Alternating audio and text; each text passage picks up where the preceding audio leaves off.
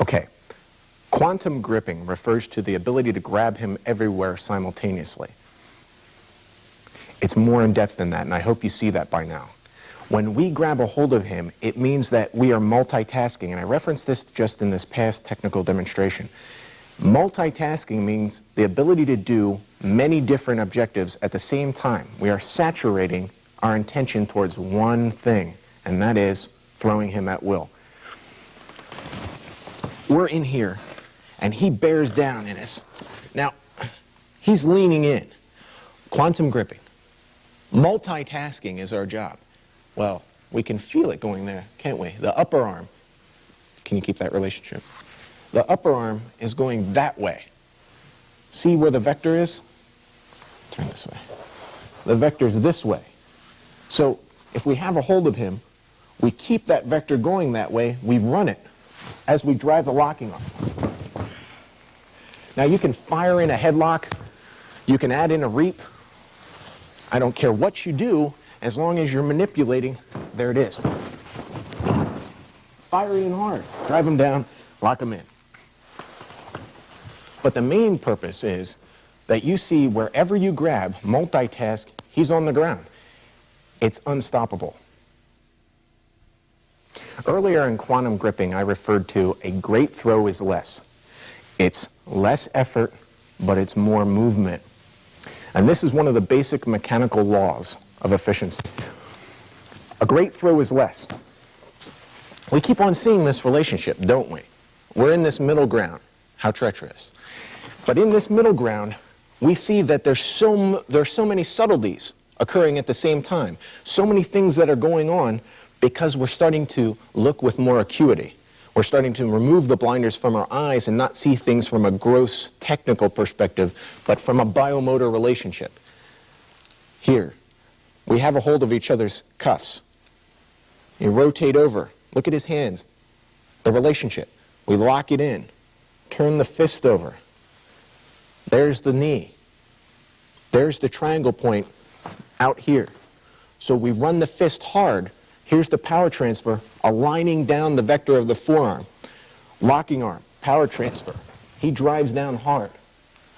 It's a very tight rotation, and his spine cannot accommodate that kind of load that quickly. So when you rotate over, see the screwing arms again? We worked on these before. In quantum gripping,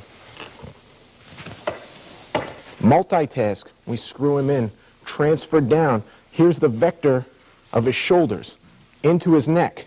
Triangle point between these two supporting legs is out here. If we want to change it, bump the inside of the thigh and run him backwards. Come over top of his thigh to keep him in a submissive position, or submit him already. One last time. We have a hold of him. Look at the plane. You see the plane? Look at his shoulders. We rotate this underneath. There's the plane running straight down to the ground. What if we pop this out of the way and drive him straight into the ground? He'll go down quickly, very quickly. The speed of this game is exponentially higher than the gross two-dimensional motor throws where you're trying to bend him and collapse him at his hip. It's so much faster because of the slight rotation on the spine. If you increase the rotation in a small circle, the torque arm increases. So if you're throwing him and his foot is at the end of that torque arm, it's coming around very fast. That's why it looks like my friends are hitting the ground with quite a bit of oomph. Now, the same thing is going to be true if we start to screw him down into the ground even harder. The leg comes out of the way. Turn this angle. The leg comes out of the way. The leg screws my forearm. The hip turns, that rotates the elbow into the sky. Am I trying to lift him? It's compartmentalized.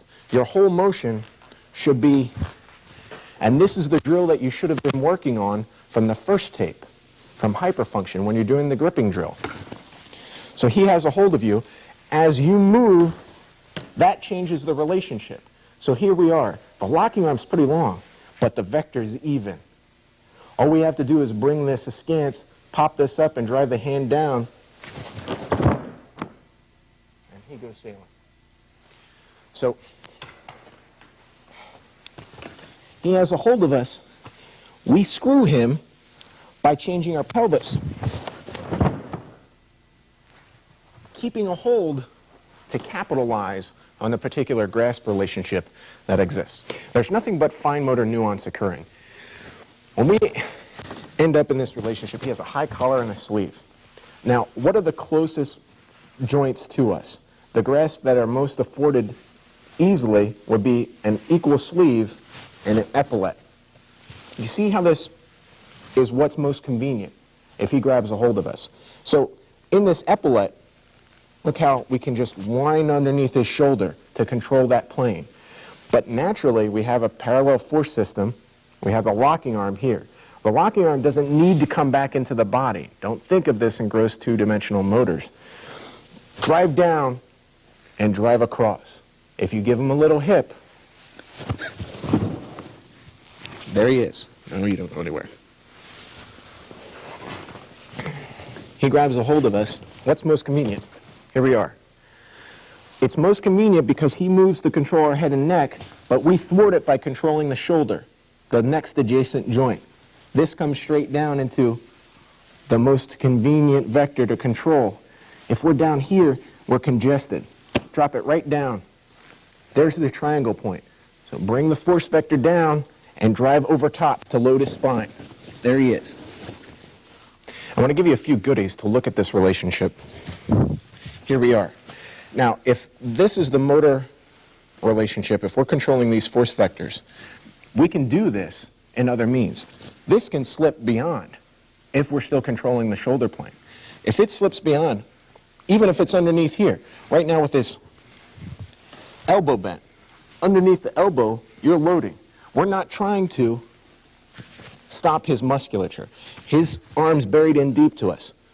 Up the force vector, underhook, down. There he goes. We can wrap it beyond, right to the belt. Here to here. The shoulder is coming underneath this force vector, controlling here. He's trying to bear this down on us, but what does that do? It creates structure for us to throw him.